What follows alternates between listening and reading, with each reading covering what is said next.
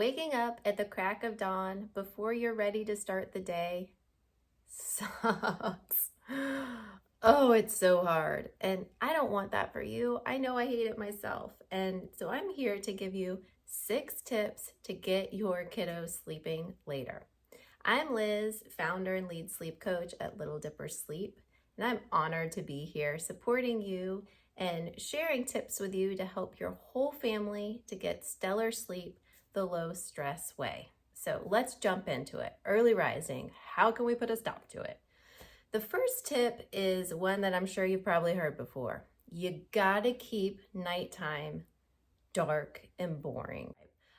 No games, no turning on the lights. If you've got to turn on some light to change a diaper or to get your kiddo a cup of water, then keep the lights really minimally on. Like we're talking maybe as bright as a salt lamp or as a night light, nothing more. Okay, dark and boring. We've hammered that home. Dark and boring all night long, even until 6:30 a.m. There's no reason why lights should be on at 5:45 if you want your kiddo sleeping until 6. Okay? Dark and boring. The second tip is we want to keep their wake up time consistent within a 30-minute window. And this one is annoying because if you want your child to be sleeping later, then of course, if one day they miraculously sleep until 8 a.m., the common sort of reaction to that is like, yes, they're sleeping later. Let's just let them snooze all morning. Maybe they'll do it again tomorrow. Guess what? They're probably not going to do it tomorrow. Like something crazy in the cosmos with the stars aligned and they're sleeping later today. But if you let them sleep well past when they typically would sleep, that's going to throw off nap schedules. It's going to throw off bedtimes.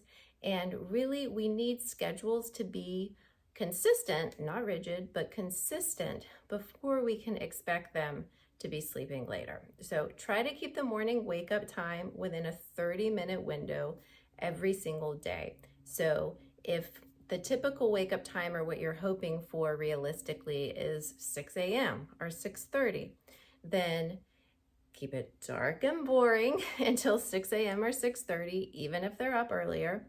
But on the flip side of that, don't let them sleep past 6:30 or 7 because doing so is just going to perpetuate schedule wonkiness. We want that schedule within a 30-minute window wake up time in the morning. And then the rest of the day, the naps and bedtime, if they're still napping, can vary based on how the previous nap was or how the day was as a whole with napping. But we're going to keep that nice firm anchor in the schedule of keeping the morning wake up time within a 30-minute window. All right, let's see what's next. Okay, number 3 is for those of you who are breast or chest feeding or bottle feeding in the night. And that's generally with babies a year and younger. If you still are feeding them in the night, totally fine to feed them on schedule and per the recommendations of pediatrician or the lactation consultant or just sort of like the natural flow that you've gotten into.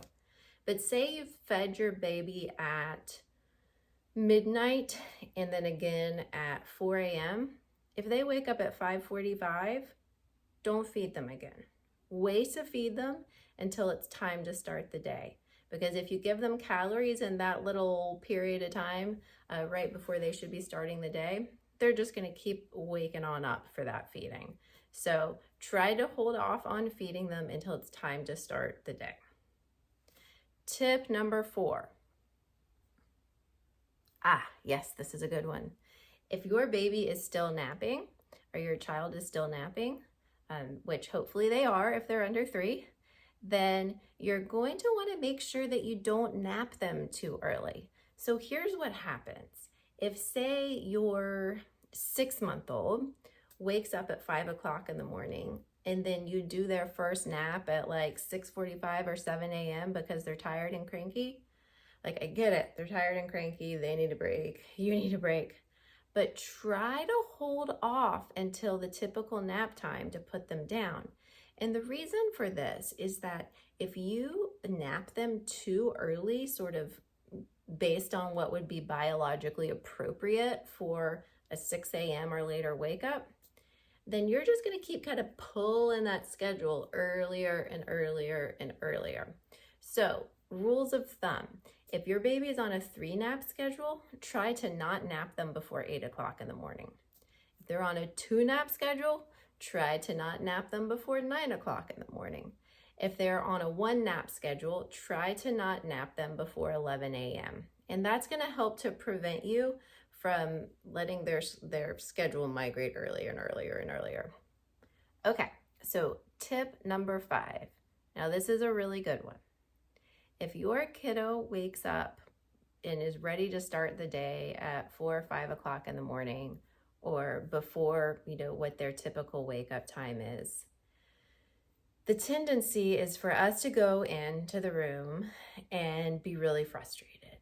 Like, feed them, and then they won't go back down, and we get like frustrated and we start like ferociously rocking them, trying to get them back to sleep. Or maybe we go in to our 2 or 3-year-old and we're like, here's a cheese stick, go to bed. Whatever the case may be. Those reactions, they happen. Don't sweat it. Like, we're parents, we're doing the best we can. But remember that your little one's nervous system very much picks up on what's happening inside yours.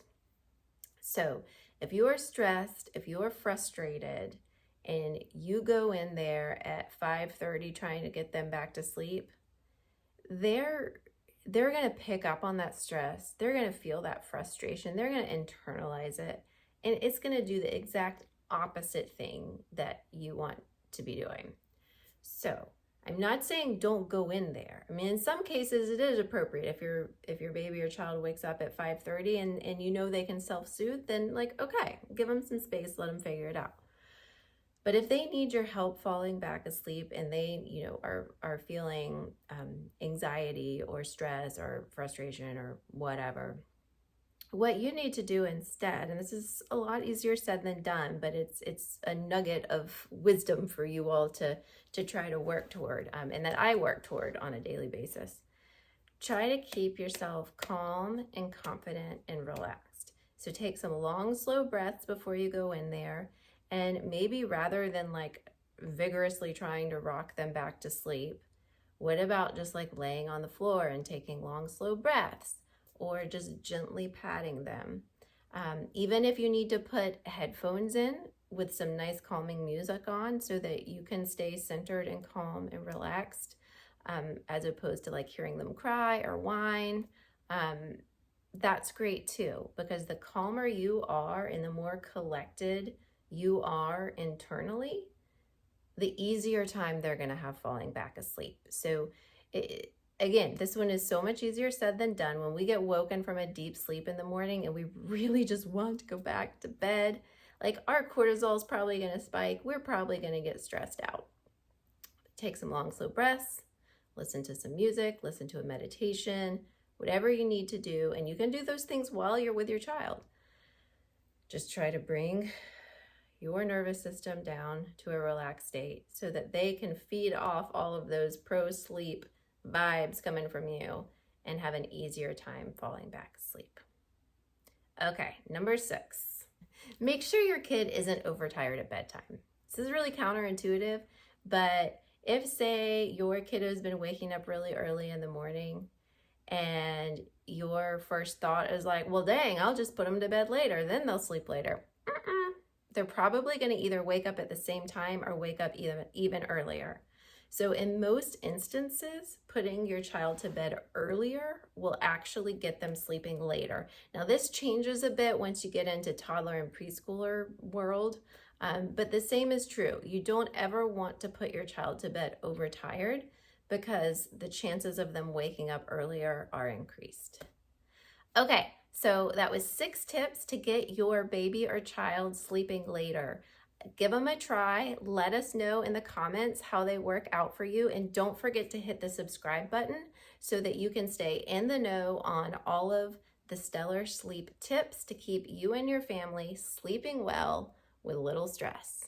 All right, sweet dreams.